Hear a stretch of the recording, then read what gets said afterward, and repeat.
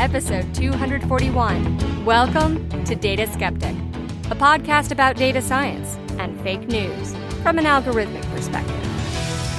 Here's your host, Kyle Polich. Coming to you from Los Angeles, California, welcome to Data Skeptic and our continuing series on fake news. Today we've got a long overdue look into the topic of fact-checking. And what could be a more data skeptic way to talk about fact-checking? Well, talk about automated fact-checking. I had a chance to speak to Mivan Babakar, head of automated fact-checking at an organization called FullFact. Fact-checking seems like a non-trivial problem. How do you automate it? Well, we'll get into that. Mivan does a really nice job breaking fact-checking down into a couple of stages and talking about which ones are automatable today and which ones aren't. Well, without further ado, let's get into it. My name is Mivan Babakar, and I am head of automated fact-checking at FullFact. What is FullFact? FullFact is the UK's independent fact-checking charity. So we've been fact-checking since 2010. And what we mean by fact-checking is giving people the information that they need in as close to real time as possible to make up their own minds on issues that they care about.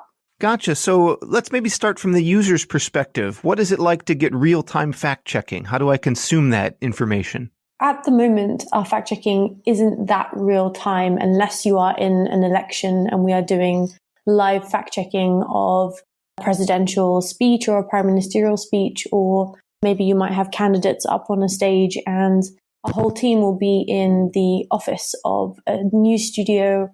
And within minutes, we might actually get a fact-check out to the ear of the producer who might push back in real time. That's what happens in exceptional wartime periods of elections. But day to day, our fact-checking is about looking at the most influential and important claims that are circulating around the news media or campaigns or people who are often in positions of power or have a platform, and then doing the research that maybe you might do if you had the time and taking it back to primary sources and packaging that up for people so that they can have all that information to hand and they can have all the primary sources to hand if they want to check it themselves. So it seems to me there's no shortage of facts worth checking. How do you decide where to invest your time? That's a really good question. And it's a really difficult question to answer because we know that the way that we choose at the moment could be better. And that's partly why my automation work exists, is so we can better answer this question. But at the moment, what we do is we monitor the day's media. So we're looking at all of the political TV shows in the UK. We're looking at all of the newspapers, big press releases that may have come out from campaign groups or claims that might be trending across social media that maybe readers have sent us in, for example. And we will collect all of that and the editorial team will sit down and have an editorial meeting and decide between them which are the most influential, important and interesting claims of the day. And then our time will be spent answering that. But it doesn't stop there. We also monitor exactly what we have selected, which party it corresponds to, which narrative it corresponds to. And we have in-depth metrics on how many things we have picked from one side, how many from another. And we try and, on general, keep it balanced across the entire spectrum. Another thing that we do is look at the Ipsos Mori's issue index, which is a survey question that gets sent out to a representative sample of the UK, and people can answer whichever way they want. The question is, what are the most important issues facing Britain today? And often the most important issues are economy, immigration, and healthcare, NHS. But more recently, it's been Brexit and Europe. And what we do is we try and anchor the things that we check to the issues that people in Britain think are actually the most important issues facing the country. Gotcha. And I obviously want to get into the topic of automated fact-checking, but before we take that leap, what does it mean to fact-check? What is that process like for a human fact-checker? Boy, it's complicated to be a human fact-checker. So It really depends on the claim that you are checking. At FullFact, we start by calling up the person who actually made the claim, if we can. So in the UK, if it is a politician or if it's a campaign group, we will call up the press office of that campaign group or sometimes directly the person who made the claim. And we will ask them, where did they get their information if it hasn't already been published? And what did they do with that information that meant that they got to that particular answer? So a lot of the time we're trying to understand what are the assumptions that they've made or calculations that they've made that have got them there. And then our job as fact checkers is to deconstruct all of that and kind of say, well, this is what this person did with this data, but given the best available data in the UK or in the world, this is what the actual answer is, and this is the limitations of this data, or this is a place where actually we haven't collected a lot of data, so it's really hard to know. And our job is to lay all of that out as fact checkers in the most interesting and accurate way and unbiased way, so that people can make a decision for themselves about whether they want to believe it or not, and also have a better understanding of the information ecosystem around that particular issue. Because a lot of the time we'll be telling people that, yes, this is right and this is the data to back it up, or no, this is wrong and here's better data that shows another number.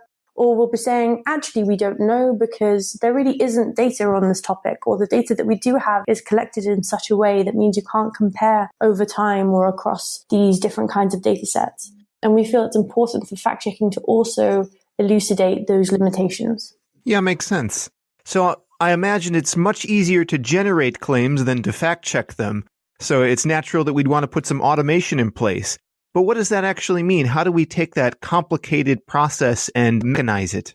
Good question. So the parts that I've been talking about so far are not really the parts that can be automated. I don't really want to send a robocall to every single person who's ever made a claim and ask them, where did you get your numbers from? I don't think that will really get us anywhere. But there are certain parts to the fact-checking process that are good candidates for automation. So very loosely, the fact-checking process can be broken down into monitoring the day's media, spotting claims in the media, checking, actually doing the work of calling people up, and then publishing. And then there's also a fifth category at the bottom, which is interventions. So these are on top of our fact checking. We also ask people to correct the record. We also collect evidence about people getting things right and wrong over time and people's public perceptions over time.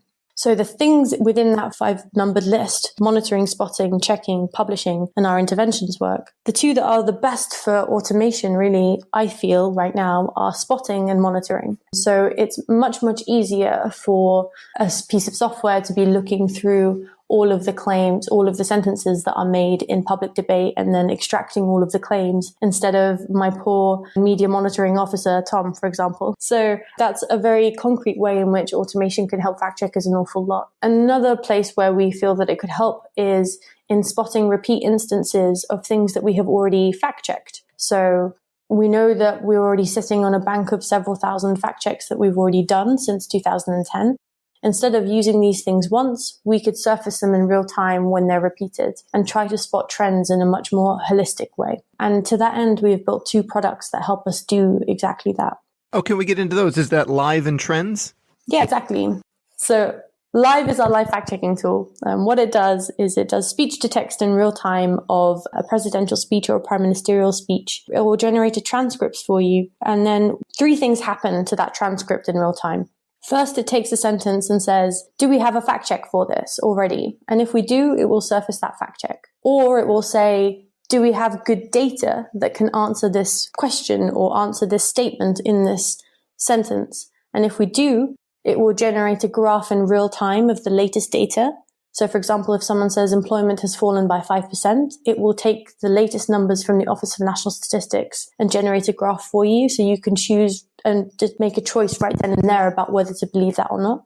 And the final thing that it does is if it can't do any checking, it can at least say, does this sentence contain a claim or not?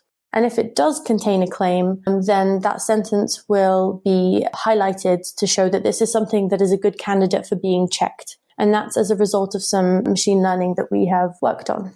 Very neat. And who are those tools really aimed at? Is that for a researcher or a journalist to be getting some insight into the news media they're consuming, or are you really targeting the general audience? So we're definitely targeting fact checkers and journalists here. I'm looking for the things that fact checkers do very manually right now, and I'm looking to speed up their processes. And I think that's probably the safest thing to be doing right now. And it also means the fact checkers around the world that have very limited resources can start to work slightly faster and work slightly more at scale. Yeah, it seems to be that's what a lot of, in my opinion, the breakthroughs in machine learning have been. Not that they've replaced jobs, but they've empowered people, at least to date. Is that more or less what you guys are finding? Absolutely. And I think that's where we think it's most prudent to be focusing efforts right now. I know that there are a lot of companies that are trying to look into ways that we can solve the huge umbrella problem of fake news. But actually, fake news is made up of many different types of issues. It's misinformation, it's disinformation, it's malinformation. And within each of these different types, there are different taxonomies and harms that can be caused and different distribution mechanisms. And I really do believe that you can't really think of a technical solution until you fully understand and define the problem that you are trying to solve and for whom. And I think that for us, for fact, we know that the problem that we're trying to solve is one of misinformation, and it's one of journalists and fact checkers not having enough time to fact check something at scale or at speed. And we're trying to cut down the time it takes to respond to misinformation. And I think that really focuses our efforts in a few particular places.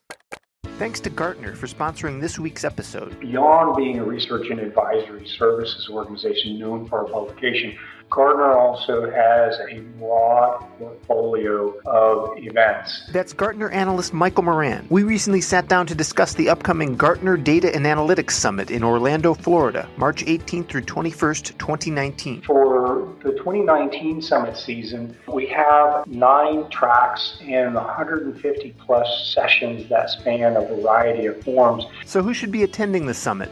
Analytics and business intelligence types, to include data scientists and data engineers, data professionals who are over on the management side of the house, so information or data management, then senior IT and business leaders with a focus on chief data officers. Tell your boss you want to attend the Gartner Data and Analytics Summit in Orlando next March.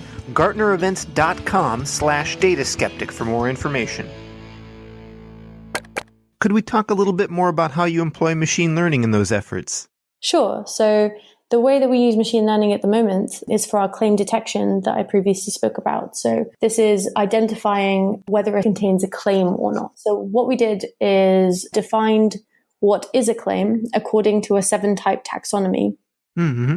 So these claims, a sentence can be sorted into something that contains a quantity in the past or present. It might be a legal claim, might be a prediction, might be a causation or correlation. And we generated these groupings out of our experience as fact checkers over the past 8 years. And this was a first attempt at trying to build a model as a result of collecting 25,000 annotations from 80 volunteers. And we asked them to take sentences from political TV shows and assign them to these 7 different categories that we've come up with as a result of fact-checking for 8 years now. And then from that data that we collected, we built a model based off of something called Infocent, which is a sentence embedding model which actually takes into account word order, whereas previous attempts hadn't done that. And the results that we got were actually pretty great in terms of recall as well as precision. And it actually improved upon the current gold standard by about 5%. We're presenting it at EMNLP in a workshop called Viva just in a few days, actually. How do you measure the efficiency of a fact checker? Is it facts checked per day or something along these lines? Well, so the efficiency of the claim detection model, we are assessing by the anecdotal evidence that we get from our fact checkers. And a couple of them have said actually that it helps them an awful lot, especially during a live fact checking situation. Now, instead of focusing on an entire transcript, they can only focus on the bits that are highlighted, which they know are the bits that they really need to care about because those are the claims that actually need their attention. And that doesn't mean that there isn't somebody reading the whole transcript, because there always has to be. But it now means that not everybody has to be reading the whole transcript. And I think for a team of 12 people, that makes a really big difference. In other ways, we measure efficiencies by mostly through our second tool, actually, which is called Trends. And what Trends does is it finds repeat instances over time. And we look in newspapers, in Parliament, everything said in Parliament on the official record. And we look in specific political Facebook groups and pages, the ones that are public. And we try to map the spread of misinformation of the claims that we've already fact-checked and see who is repeating them and where are they being repeated. We measure efficiency in this way on Trends because when we do a fact-check, we don't just stop there. We also get a correction. We also try to take it out of circulation. So when we can see things being repeated, one of the things we try and do is minimize the number of repetitions over time and actually measure that over the coming months to try and completely take things out of circulation. Oh, interesting. So you don't really have a counterfactual in that case, but maybe you have historical trends. Is there a big modeling component to that? So at the moment, actually, that's all done very manually. The monitoring is done in a more automated way, as in we're scraping a lot of newspapers and we're finding repeat instances. Mm-hmm. But actually, one of the research projects we have on at the moment is whether we can do that claim matching in a much more sophisticated machine learned way. And in the long run, as we generate better data, I would really love to see if we can actually run a counterfactual, whether we can actually run a randomized control trials of like the number of interventions done and whether that actually changes behavior over time. Those are quite large social science research questions. Yeah, big questions. Yeah, that luckily I don't have to deal with. We have a research scientist in our team, brilliant woman called Amy Sippett, who has to deal with how do we actually measure the impacts that we are having at scale like this. Once you've encountered a claim, it seems to me that something can be factual but maybe deceptive. For example, I can say some statistic is on the rise, and is that because the population is growing or because the percentage of the population is growing? And both are mathematically accurate, but how do you look at it from a fact-checking point of view? What we try to do in our manual fact checks is actually give people the means to decide that for themselves in the future. So the example I like to use that's maybe a bit simpler is that Jeremy Corbyn and Theresa May will often get up at Prime Minister's questions and talk about poverty. And one of them will say that poverty is rising, and the other one will then almost immediately afterwards say that actually no, poverty is going down. And they can do this back and forth for a while. And I think that the role of the fact checker and the role of any kind of automated system in that situation is to say, actually, they're both kind of right, because there are two measures of poverty in the country. One is going up and one is going down, absolute and relative poverty. And this whole body of work and around cherry picking and around the extra information that you might need to be able to make sense of this situation that isn't necessarily about whether this is right or this is wrong, but it's almost like what is the missing piece of this argument that is incredibly vital. And I haven't seen many people doing work on that in a machine learned or automated way because it's incredibly difficult. It's very hard for even us as humans to be doing, let alone machines to be doing. But to that end, what we are doing to kind of start to edge away at that question a little bit is we work quite closely with the Office for National Statistics in the UK. And one of the projects that I have going with them is about caveats to data. Yeah. So in 2003, I think it was, the murder rates in the country actually spike quite highly. And if you were just looking at that number, you'd assume it's because there were more murders in the country that year, right? Mm-hmm. That's the sensible thing to assume. But actually, there's the big caveat to that data, which is in that year, that is when all of the murders of one particular person, Harold Shipman, were recorded. And that was something like 20, 30 murders, I think. And this was a doctor who had, over his career, actually killed a lot of people. And if you didn't have that piece of information, if you didn't have that caveat to that data, that this is actually about one particular incident recording all this data in one go, then you wouldn't interpret that data in the right way. So one of the projects that we have going is about how can we create a taxonomy of these different caveats that can be interpreted by any machine learning or sophisticated statistical system that can give people this kind of context and allow them to make smarter choices in real time about that data. So that's, hopefully you can see how that is starting to edge at that problem, but it doesn't quite go all the way to fixing the what are we missing for this whole debate problem.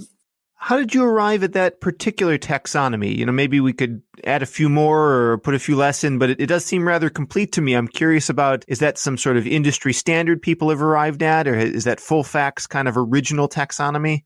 So what we did is we actually just looked at an awful lot of examples to the data and actually looked at some of the PDFs that are written that go alongside the data and try to extract the caveats that are already in the PDFs but haven't been written in a machine readable way, for example. And from there, we tried to classify as many of them as possible into subgroups and then supergroups. And then it's just been a long process of trial and error.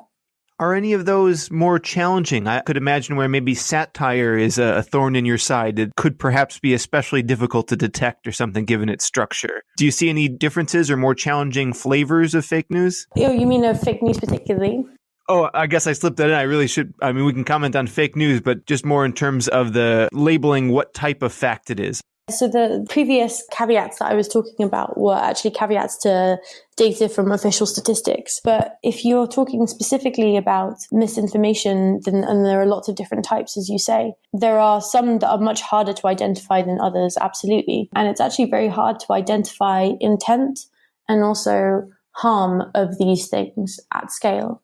So we know that some types of misinformation, like satire, like you say, is very, very hard to spot. But I've also seen a really interesting study that says that if you follow people's eye movements as they're reading something, then when they read something that is satirical, they tend to look at it a couple more times just to make sure that it is actually funny, or they have to get a different reading of it each time. So it's possible that we might have some small quirks that give away what we're reading, but I'm not really sure I want to start surveillancing everybody's eyeball movements at all times to identify something that might be from The Onion. But there are definitely interesting research problems and different kinds of tactics to identify different things. And I think that as we get more and more sophisticated models and methods, we have to be careful about what we're spotting, but also unintended consequences of spotting things in specific ways. Mm-hmm. Have you found that any politicians, or I guess it could be news broadcasters or presenters or anyone like that, who has been fact-checked through your system, or maybe that of others as well, do people change their behavior at all? Or have you seen cases where people start to refine the way they present information? Absolutely. Yeah, there's been good examples and bad examples. So there is, for example, one government department that now has as its KPI, do not be fact-checked by full fact, which is pretty great. And then there are other examples where actually we were taking our entire team to do live fact-checking on a prominent political TV show in the UK. And we found that everybody, when they were told there were fact-checkers on hand to fact check the things that they were saying, stopped making claims very suspiciously. So they started talking a lot more about what they believe about the world and actually stopped making maybe as many claims as they would have if we weren't there. We think that obviously has good consequences and bad consequences. So that is one of the maybe unintended consequences of bringing automated fact-checking into the world for the public, is that maybe people make even fewer and fewer claims. And then what does that leave us with? So I think there are very profound questions actually that we need to answer about what do we mean to be a good debate and what is a helpful debate when it comes to politics and democracy. Yeah, absolutely. I'm curious about where you intend to scale the tools, Live and Trends, that we've been talking about. Do they need more data, more algorithmic work, a broader reach of crawling? What's kind of the final frontiers for these sorts of projects? So even in their current iterations, which are still quite simple, they are bringing quite a lot of value into our fact-checking operation. And I know that if I give this in this form right now to fact-checkers around the world, it will also bring them value, because actually fact-checkers often tend to be quite small teams and they tend to not really have the ability to build tech tools, for example, or have developers on staff. So what I am hoping to do in the next few months is onboard about 30 fact-checkers around the world. And the idea is that we can then start monitoring the spread of misinformation in public places of things that they have already fact-checked, and start to maybe collect evidence of what works well, what doesn't work well, what kind of interventions are the ones that maybe we should be focusing on more or researching the effects of more. And actually, how does that change in different political and cultural contexts? Because it's one thing in the UK to make a complaint to the UK Statistics Authority. But if you don't have a regulator in your country for statistics, what do you do? Who do you talk to? If you don't have an Office for National Statistics, what does that do to the information ecosystem? And we're hoping to, as we onboard more people around the world, start to get some interesting data around that can maybe point us to an answer for some of those questions. Yeah, makes sense. I'm curious to hear your thoughts on Wikipedia as a source. How does that play in, or does it play in as a tool in a fact-checker's workflow?